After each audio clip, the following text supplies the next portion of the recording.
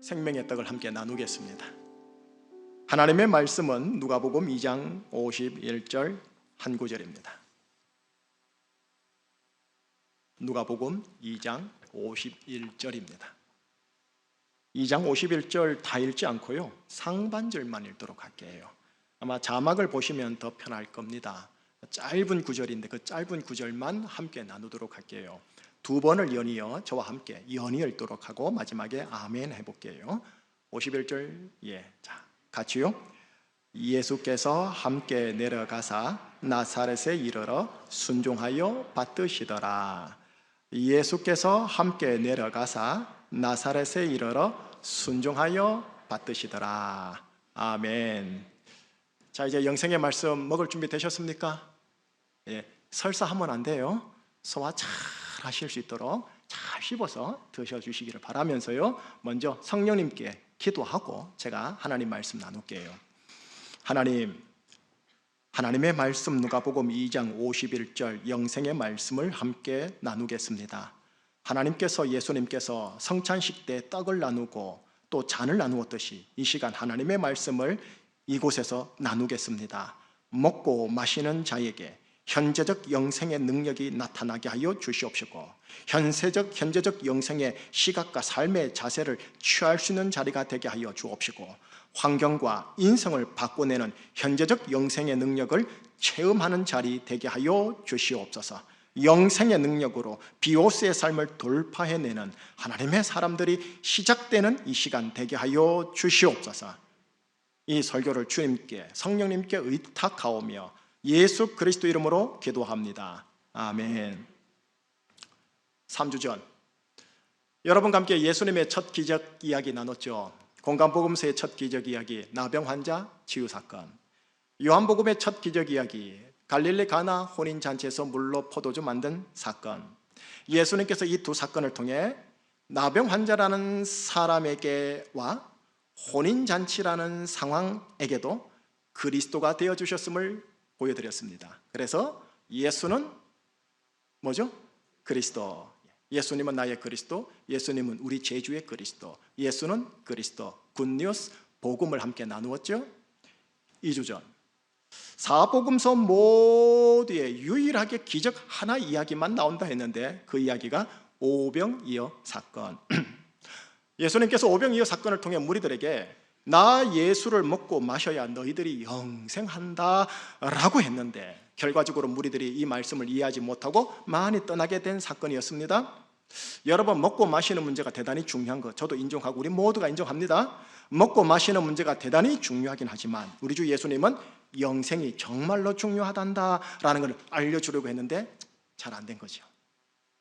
지난주 한 주 전 그 영생, 아리까리한 그 영생을 구체적으로 제가 7 서랍 정리하듯이 정리를 해드렸고, 그리고 예수를 먹고 마신다는 게 도대체 뭔지 이제 여러분들이 이걸 받아가시는데, 예수를 먹고 마신다는 게 뭔지를 함께 나누었고, 그게 말씀과 관련이 있습니다 라고 한 것 기억나시는지요?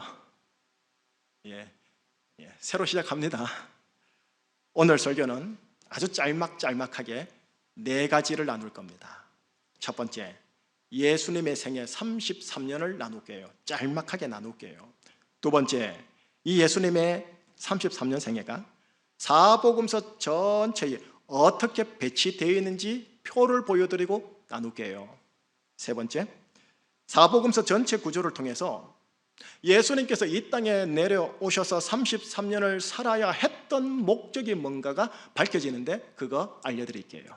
자, 여기까지는, 이 3가지는 약간은 성경 공부하던 듯한 느낌을 받으실 거예요. 근데 이제 4번째, 이제 이게 진짜 여러분들에게 드리고 싶은 영생의 떡이거든요.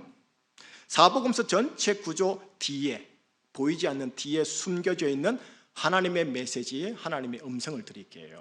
그거 잘 씹으시고 소화하셔서 나가시기를 바라면서 바로 본론 들어갑니다. 첫 번째, 예수님의 생애 33년 함께 나눌게요.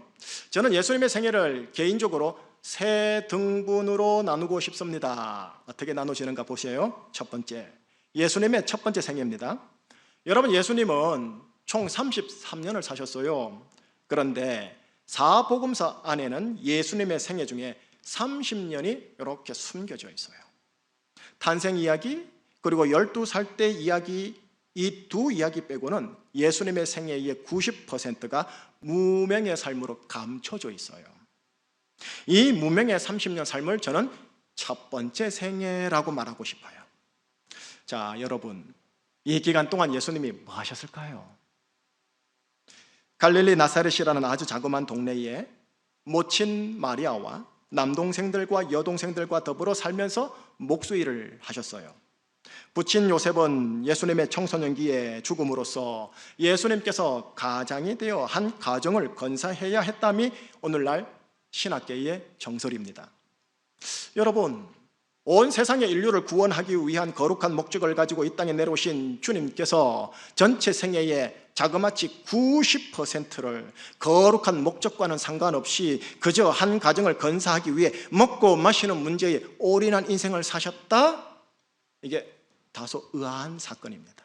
이거를 네 번째 하나님의 메시지로 함께 나눌게요. 자, 바로 건너뜁니다. 예수님의 두 번째 생애. 예수님께서 세례 요한에게 세례받은 이후에 총 3년을 말합니다. 이른바 공생애예요. 공생애, 공적 생애예요. 이 두 번째 생애는 예수님의 전체 생애의 10% 분량입니다. 이 기간 동안 예수님은 공식 석상에서 당신의 얼굴을 드러내사 하나님의 나라를 가르치시고 전파하시고 또 귀신을 쫓아내시고 병을 고치시는 일을 하셨습니다. 이 부분이 사복음서 안에 집중적으로 기록되어 있죠. 이 기간 동안 예수님은 나사렛이라는 변방에서 서서히 예루살렘이라는 중앙으로 진출하는 인생이었고 사람들에게 무명의 인생에서 인기와 주목을 받는 유명의 인생으로 나타났었어요. 자, 그러면 예수님의 세 번째 생애, 물론 이 생애도 공생애에 들어가긴 하지만 저는 개인적으로 따로 구분 짓고 싶습니다. 예수님께서 십자가에 달리시기 위해 예루살렘 성에 입성하는 주일, 이 주일을 뭐라죠? 종료주일이라죠. 종료주일로부터 시작해서 그 주간에 바리새인과 제사장 그룹과 마찰을 가지게 되고 그들에게 고난당하시고 죽으시고 무덤에서 부활하는 주일까지 총 7일, 이것을 순환주간, 고난주간이라고 합니다. 저는 이 순환주간, 고난주간 7일을 예수님의 세 번째 생애라고 알려드리고 싶습니다. 바로 정리할게요. 예수님은 총 33년을 사셨는데 30년, 3년, 7일 이렇게 구분되어질 수 있다입니다. 이게 첫 번째였어요. 이제 바로 두 번째로 갈게요. 예수님의 생애가 이 사복음서 전체에 어떻게 배치되어 있는가 표를 보여드리면서 설명해 드리겠습니다. 표 한번 보시겠습니까? 표를 보시면 무명생애가 차지하는 장수와 비율이 마태, 마가, 누가, 요한 검정색으로 쭉 되어 있습니다. 그 다음 공생애 3년이 차지하는 장수와 비율이 사복음서의 푸른 글씨로 제가 장과 비율을 정리하였습니다. 그리고 마지막 순환주간 7일이 차지하는 장수와 비율도 정리하였습니다. 여러분 다 보지 말고요, 요한복음만 보죠. 왜냐? 요한복음이 신약 성경 중 가장 마지막에 주어진 거의 최종본과 같은 것이니까 요한복음만 보면 거의 맞아떨어져요. 요한복음을 보시면 여러분 공생애 이전에 무명생애의 기록이 전혀 없어요. 한 단어 한 표현도 없어요. 한 장이 없어요. 그러니 0%죠. 그리고 공생애 3년 기록이 57%예요. 그런데 여러분 순환주간 7일이 9장 43%를 차지해요. 무명생애, 공생애, 순환주간 각각 비율이 0대 60대 40 비율입니다. 자, 그러면 무명생애는 0이니까 제쳐두시고요, 공생애와 순환주간 한번 보세요. 여러분 공생애 3년이면 1095일입니다 1095일에서 순환주간 7일 빼면 1088일입니다 1088일과 7일을 비교해 보니까 이 1088일에는 60%의 분량을 할애하고 고작 7일에는 자그마치 40%의 분량을 할애합니다. 다른 새 복음서에도 비슷한 비율로 할애를 하십니다. 바로 연이어 나갈게요. 이 복음서 전체 구조를 통해서 예수님께서 이 땅에 내려오셔서 33년을 살아야 했던 목적이 보입니다.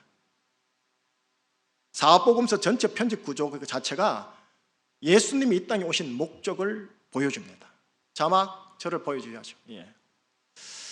성경을 주신 하나님께서는 예수님의 세 번째 생애, 곧 순환주간 7일을 상당하게 중요하게 보고 계시구나라는 것을 편집 자체가 우리에게 보여주고 있습니다.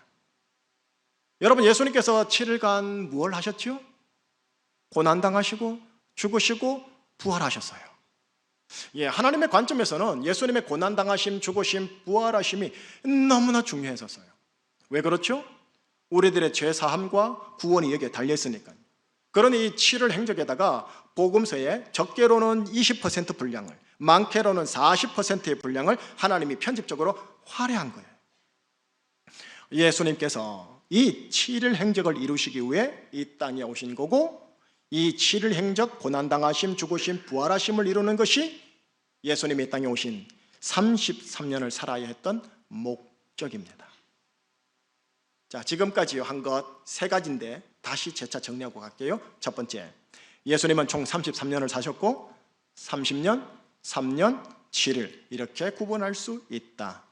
두 번째, 사복음서 특히 요한복음을 가만히 보니 3년에다가 60%의 비율을 할애하시고 7일에다가는 40%의 비율을 할당하고 있더라. 세 번째, 여기에 편집적인 하나님의 메시지가 있습니다. 예수님께서 이 땅에 내려오신 목적이, 33년을 살아야 했던 목적이 이 7일 순환주간 40%에 있다. 하나님은 여기에 집중하고 있다. 여기까지가 일종의 성경 공부 같은 설교였어요. 이제 마지막 네 번째, 이제 영생의 떡을 드립니다. 그 떡 잘 드셔야 돼요. 사복음서 전체 편집 구조를 보면 오늘 설교의 주안점이 순환주간 7일에 있어야 할 것처럼 보입니다. 예, 맞습니다. 그건 다음 차제에 설교를 할게요. 그런데 오늘 설교는 아닙니다. 역발상으로 사복음서 전체 구조 편집 뒤에 숨겨져 있는 하나님의 숨은 메시지를 오늘 함께 나누도록 할게요. 그림 하나 보고 가시죠. 바다 위 빙산입니다. 우리가 볼 수 있는 부분은 수면 위에 있는 바다 위 빙산이죠. 그러나 저 빙산의 진면목은 어디에 있느냐면 우리가 볼 수 없는 바다 아래 숨겨져 있는 빙산입니다. 예수님의 공생애와 순환주간은 사복음서를 통해 드러나 우리가 볼 수 있는 예수님의 모습입니다. 제가 보기엔 바다 위 빙산이라고 해야 할까요? 그러나 30년의 무명의 생애는 제가 보기엔 바다 아래 있는 빙산으로 보인다 싶은 거예요. 저 개인적으로 예수님께서 30년간의 무명의 삶을 어떤 삶의 자세로 사셨을까 정말 궁금해요. 여러분, 사복음서가 총 89장이에요. 89장인데 예수님의 무명 생애는 달랑 4장밖에 없어요. 베들레헴 구에서 태어난 장 하나, 8일째 되는 날 성전에서 할례를 받은 장 하나, 동방 박사들이 방문한 장 하나, 그리고 마지막으로 12살 때 성전에 올라갔다가 고향 나사렛으로 내려간 장 하나. 이게 총 4장 다예요. 여러분, 12살이 톡 지나면 몇 살? 13살이죠. 12에서 13이 되죠. 13이 되면 14, 15에서 티네이저 사춘기가 됩니다. 12살이 지나면서 청소년기이고 사춘기이고 청소년기에 부친 요셉이 죽었다 하니 공생애가 시작되기까지 장장 맥시멈 18년간 복음서는 철저하게 감춰놓고 있는 거예요. 18년간 어떻게 사셨을까요? 저는 이게 궁금한 거예요. 예, 추론으로 가능합니다. 추론으로. 조금 전에 말씀을 드렸는데요. 이제 볼게요. 이겁니다. 예수님이 장남이세요. 육신상, 그죠? 장남이세요. 밑으로 남동생이 4명이 있습니다. 여동생도 여러 명이 있습니다. 마가복음 6장 3절에 기록되어 있어요. 그건 보시면 압니다. 아버지를 따라다니며 도와서 목수일을 하였습니다. 이건 역시 마가복음 6장 3절에 있습니다.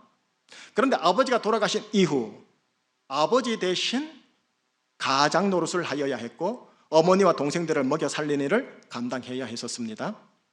먹고 마시는 문제, 곧 지지난주 함께 나눴죠. 이생의 비호수를 챙기는 일을 우리 주 예수님이 맥시멈 18년간 묵묵히 했다는 말입니다. 여러분, 7일간의 순환주간이 지닌 목적하고는 너무나 대조되는, 너무나 초라한, 너무나 평범한 인간사 아닙니까? 좋게 말해서 예수님의 전체 생애의 90%는 지금의 우리와 똑같은 삶을 산 거라고 볼 수 있는 거죠. 예, 우리 주 하나님 성부 여호와 하나님께서 예수님께서 이 처지를 허락하신 거고, 예수님께서는 하나님이 허락하신 이 처지와 상황을 묵묵히 몇 년? 18년을 받으신 겁니다. 내가 18년에서 30년 동안 목수일을 하면서 이 보잘것없는 육신의 가정 돌보려고 이 땅에 내려왔나? 이렇게 예수님께서 투덜거리며 생애의 90%를 사셨을까요? 그건 아니라는 거 다들 감으로 오시지 않습니까? 공생의 전 한 가정을 건사하느라 생업에 집중하시는 문명의 예수님을 만나서 제가 묻고 싶은 겁니다. 예수님, 하루하루 어떤 마음가짐과 자세로 살고 있으세요? 이런 천한 일을 하러 이 땅에 오신 것 아니지 않습니까, 예수님? 그러면 예수님께서 21세기에 온 저를 보면서 웃지 아니할까 싶어요. 웃으시면서 저에게 누가복음 2장 51절을 읽어보거라 하실 것 같은데, 그게 오늘 본문이에요. 오늘 본문이 이제 여러분들에게 드리고 싶은 예수님, 하나님, 영생 그 참떡입니다. 자, 두 번을 함께 같이요. 예수님께서 나사렛에 이르러 순종하여 받으시더라. 예수께서 함께 내려가사 나사렛에 이르러 순종하여 받으시더라. 노란 것이요, 순종하여 받으시더라. 영생의 떡으로 잘 드셔야 됩니다. 소화하셔야 합니다. 순종하여 받으시더라. 저 표현이 예수님의 문명의 삶에 대한 예수님의 마음가짐을 보여줍니다. 예수님은 하나님에게 순종하시는 분이시기에 하나님이 허락하신 육신의 가정을 받아내는 순종을 하십니다. 육신의 부모인 요셉과 마리아에게도 순종하십니다. 두 부모님을 받들었고 부친이 죽은 후에는 가정 전체를 받들었습니다.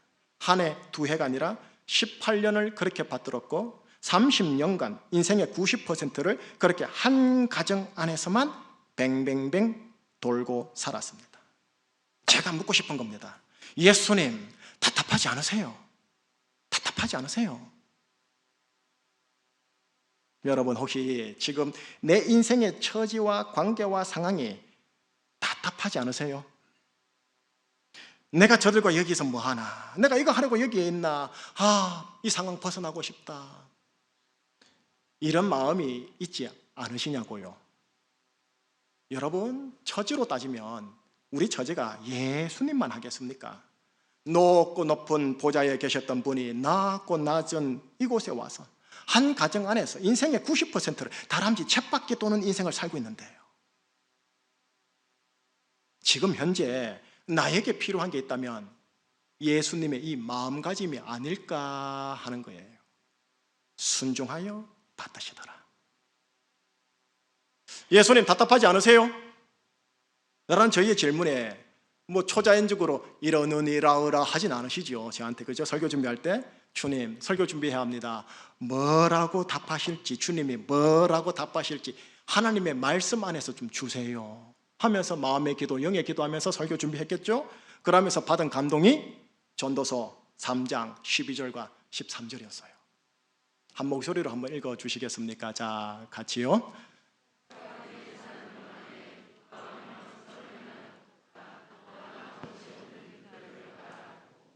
사람마다 먹고 마시는 것과 수고함으로 낙을 누리는 그것이 하나님의 선물인 줄도 또한 알았도다. 12절. 내가 사는 동안에, 변방에 살든 중앙에 살든 부자로 살든 빈자로 살든 간에 사는 동안에 기뻐하며 선을 행하는 것 하나. 기뻐하며 선을 행하는 것 하나. 두 번째 13절. 사는 동안에 먹고 마시는 것과 수고함으로 낙을 누리는 것 또 하나. 여러분, 이 두 가지가 노란 것이 뭐라고요? 하나님의 선물. 예수님께서 90% 문명의 삶을 사실 때 이 하나님의 선물을 최대한 누리면서 사시지 않으셨을까요? 이런 거죠. 목수일 끝내고 하루 저물어 집으로 퇴근할 때 짜증, 불평으로 들어가는 게 아니라 기뻐하며 들어갔을 테고, 목수일을 통해서 생업에 필요한 돈도 벌었겠지만 순간순간 사람들과 손님들에게 돈을 뛰어넘어 선을 행했을 테고, 가족들과 목수 동료들과 먹고 마시면서 목수일을 수고함으로 낙을 누리며 살았을 거라는 거예요. 만약 예수님께서 이렇게 90%의 생애를 하루하루 사셨다면 예수님 답답하지 않으세요? 라는 저희의 질문에 대해서 웃으면서 답답한 게 어딨니? 난 참 좋은데 라고 하실 것 같다라는 거예요. 여러분, 예수님의 삶의 자세가 보이지 않으세요? 정리할게요. 사복음서에 등장하지 않는 예수님의 무명 생활에 숨겨진 하나님의 숨은 메시지 두 가지입니다. 첫째, 순종하여 받으시더라 하시는 예수님의 마인드, 스피릿, 정신상태. 어떤 처지가 오든 어떤 상황이 오든 내가 순종하여 받아내겠다. 순종하여 받아내겠다. 예수님의 이 스피릿요, 이게 90%를 이뤘다고요. 두 번째, 사는 동안에요, 갈릴리에 살든 예루살렘에 살든 사는 동안에 기뻐하며 또 선을 행하고, 그리고 먹고 마시는 것과 수고함으로 낙을 누리는 하나님의 선물을 최대한 누리셨을 것 같은 예수님의 삶의 라이프 스타일이요. 이제 설교 끝내겠습니다. 오늘은 추수감사주일이라면서요. 예, 오늘은 추수감사주일입니다. 주제가 감사입니다. 감사. 여러분, 현 처지와 관계에 대해 순종하여 받아내는 자일수록 그 감사가 점점 깊어지지 않겠나요? 사는 동안에 기뻐하며 선을 행하는 자에게서, 먹고 마시고 수고함으로 낙을 누리는 자에게서 감사가 크게 울리면서 나오지 않을까요? 예수님의 마음가짐과 예수님의 이 삶의 자세, 90%를 이루었던 이 두 가지를 오늘 나의 삶의 모습으로 취함이 어떻겠냐라는 거예요. 예수님의 삶의 자세, 나의 삶의 자세. 예수님의 마인드, 나의 마인드요. 이게 영생을 먹는 거 아닙니까? 이렇게 할 때 영생이 주시는 이 땅을 바라보는 시각과 태도를 제대로 잡아주지 않겠습니까? 여러분, 수면 위로 사람들에게 보이는 게 외모입니다. 외모. 옷입니다. 차량입니다. 자리입니다. 그건 나라는 존재를 겉으로 보여주는 빙산의 일각 아닙니까? 빙산의 일각에 불과하거든요. 예수님의 마음가짐과 삶의 자세가 내 수면 아래에서 묵직하게 나를 받쳐주면 혹 답답한 처지라 보일 수 있는 상황에서조차도 예수님의 90%의 생애를 잘 감당한 것처럼 나도 잘 감당할 수 있을 거라는 겁니다. 예수님의 첫 번째 생애와 비슷하게 살아가시는 여러분, 이 예수님의 마음가짐과 예수님의 삶의 자세를 나의 생명의 떡으로 드시기를 바라고요. 이런 마음가짐과 자세로 사시어 여러분에게 감사가 점점 깊어지시기를, 점점 높이 울려지시기를 주님 이름으로 축복합니다. 사족 하나만 더 끝냅니다. 예수님께서 90%의 생애를 잘 사시다가 요단강에서 세례를 받고 두 번째 인생 곧 공생애를 시작하실 때 하늘로부터 하나님의 음성을 들었거든요. 뭐라고 들었느냐? 너는 내 사랑하는 아들이다. 내가 너를 기뻐하노라. 여러분, 90%의 생애, 첫 번째 생애를 잘 살아낸 자에게 주신 하나님의 음성이었다니까요. 예수님의 첫 번째 생애랑 비슷하게 다람쥐 쳇바퀴 같은 삶을 사시는 여러분, 이 생을 마무리할 때 하늘 아버지로부터 너는 내 사랑하는 아들이다, 내가 너를 기뻐하노라, 이 예수님이 들었던 이 음성은 꼭 들으시기를 축복합니다. 예. 그러나 더 중요한 것, 오늘 하루, 내일 하루, 매일매일 하늘에서 이 음성이 울릴 수 있도록, 아니 들리진 않겠죠. 그러나 이 음성이 들릴 수 있도록, 울릴 수 있도록 하루하루 잘 사시길, 잘 사시길 예수 그리스도 이름으로 축복합니다. 기도하시겠습니다. 순종하여 받으신 예수님의 마인드와 사는 동안에 기뻐하며 선을 행하고 먹고 마시는 것과 수고함으로 낙을 누리며 하나님의 선물을 최대한 누리셨던 예수님의 삶의 자세를 보면서 하나님, 예수님의 이 마인드와 삶의 자세를 내가 먹고 마시고 취함으로써 나 역시 나에게 주어진 인생 전체를 하나님 예수님의 마음가짐과 삶의 자세로 살아감으로 감사가 깊어지고 감사가 높이 울려지는 역사가 있는 하나님의 인생 걸음 되게 하여 주시옵소서. 지금까지 인도해 주신 것 감사드리오며 예수 그리스도 이름으로 기도합니다. 아멘. 오늘 숨을 쉬는 것 감사, 나를 구원하신 것 감사, 내 뜻대로 안 돼도 주가 인도하신 것 감사.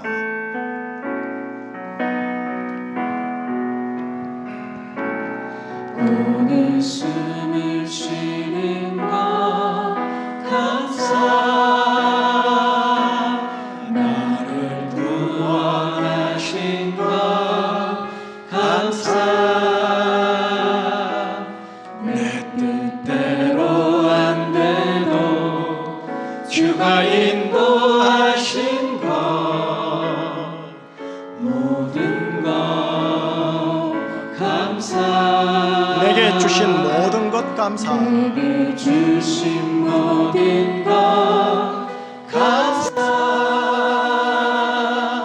때론 가져가신 것 감사, 내게 고난 주셔서 내게 고난 주 주셔서 뜻 알게 하신 것, 주 뜻 알게 하신 것 모든 것 주님 감사해요. 주님 감사해요. 주님 감사해요. 내가 여기까지 온 것도 은혜입니다. 주님 감사해요. 주님 감사해요. 나를 사랑하신 주 사랑 감사합니다. 항상 주 안에 있음 감사. 항상 주 안에 있음 감사, 참된 소망 주심도 감사, 나 같은 사람도 자녀 삼아 주신 것 모든 것 감사. 감사해요. 주님 감사해요. 내가 여기까지 온 것도 은혜입니다. 감사해요. 주님 감사해요. 나를 사랑하신 주 사랑 감사합니다. 우리 목소리로만 주님 감사해요. 주님 감사해요. 내가 여기까지 온 것도 은혜입니다. 주님 감사해요. 주님 감사해요. 나를 사랑하신 주 사랑 감사합니다.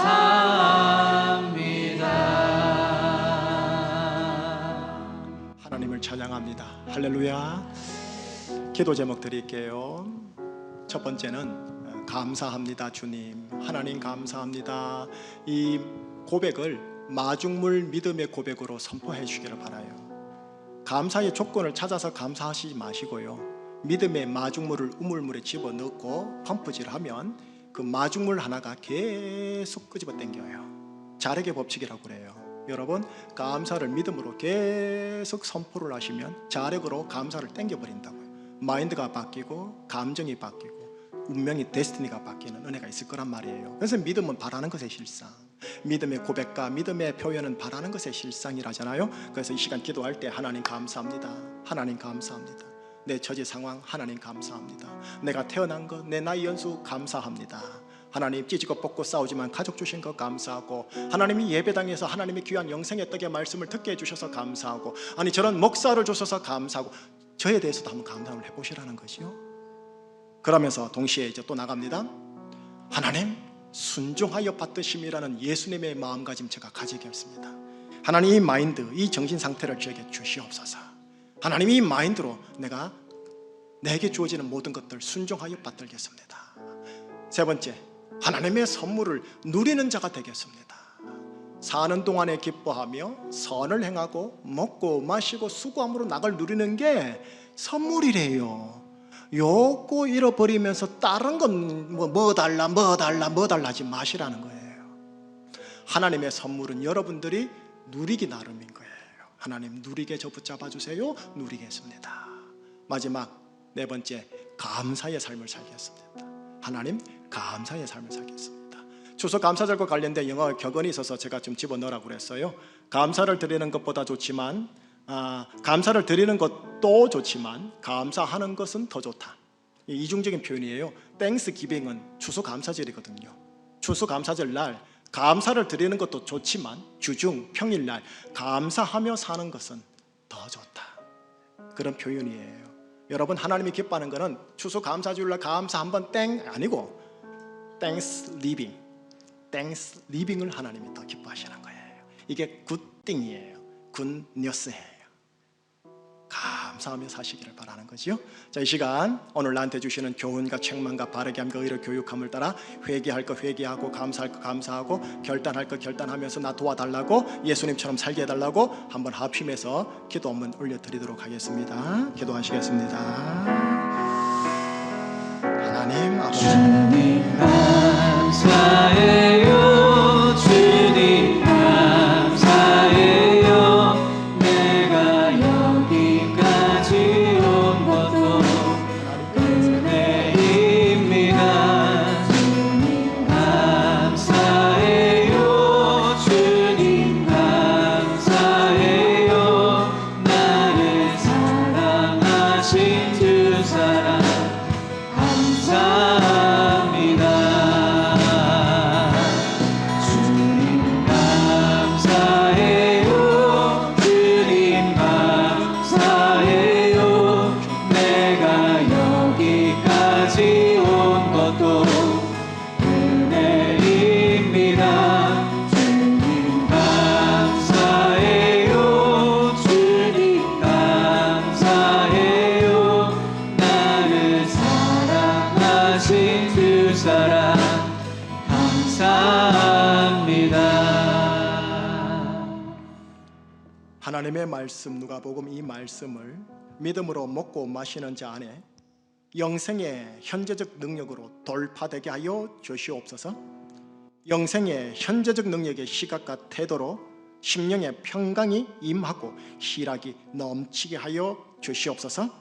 나의 인격에 예수님의 인격이 들어옴으로써 예수님의 아름다움이 내 속에서 드러나 내가 아닌 내 안에 계신 예수님이 가족들을 만나고 인생사를 경험하는 자리 되게 하여 주시옵소서. 성령님, 우리 교회 신령한 예배, 신령한 성령의 역사가 더 넘치게 하사 예배 가운데 영생의 능력이 하나님 비오스의 문제를 압도해버리는 일들이 도처에서 터지게 하여 주시옵소서. 감사합니다. 기대합니다. 하나님 감사합니다. 우리를 창조하시고 우리를 구원하시고 인생 나이 연수만큼 오늘 이 자리에 있게 해주신 하나님 감사하오며 이 감사의 간구기도 우리 주 예수 그리스도 이름으로 기도합니다. 아멘. 봉헌하기 전에요, 한번 저를 따라서 한번 외쳐보십시다. 주님 감사합니다. 우리 3-4번만 해봐요. 주님 감사합니다. 주님 감사합니다. 주님 감사합니다. 감사와 찬양의 옷을 잘 입으세요. 옆에 사람 마지막으로 축복하십시다. 하나님의 선물을 누리세요. 하나님의 선물을 누리십시다. 하나님의 선물을 누리십시다. 하나님의 선물을 누리시기를 바랄게요.